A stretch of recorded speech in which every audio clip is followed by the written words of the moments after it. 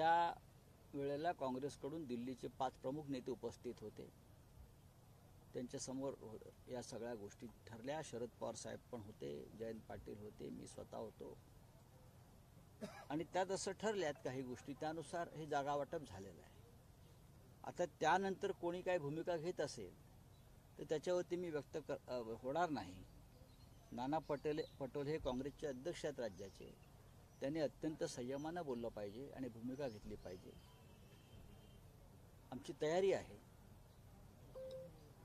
तयारी आहे एक पाऊल पुढे जाण्याची.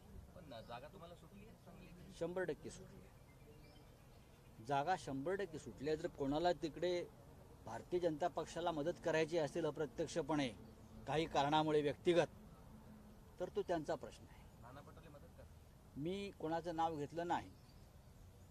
तुम्ही असे प्रश्न विचारू नका. तुम्ही चुकीचे प्रश्न विचारताय. कोणाला जर तिथे अप्रत्यक्षपणे भारतीय जनता पक्षाला मदत करून काही साध्य करायचं असेल तो त्यांचा प्रश्न आहे. आम्हाला भारतीय जनता पक्षाचा पराभव सर्व पातळ्यांवर करायचा आहे आणि तो आम्ही करू.